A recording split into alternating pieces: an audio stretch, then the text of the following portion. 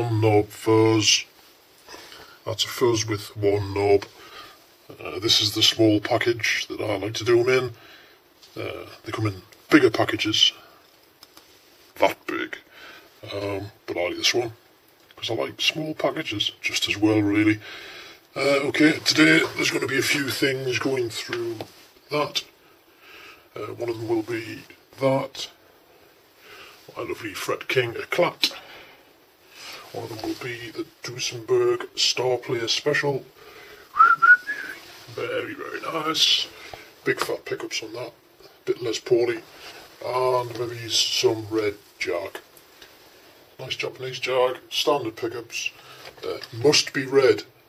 Absolutely has to be red, otherwise it won't work. And all of that is going to be going through with this Vox Cambridge 30, which is now a 56 watt, because I'm a bit of a fanny and I like to upgrade things like that. And it's quite nice, clear, transparent amp.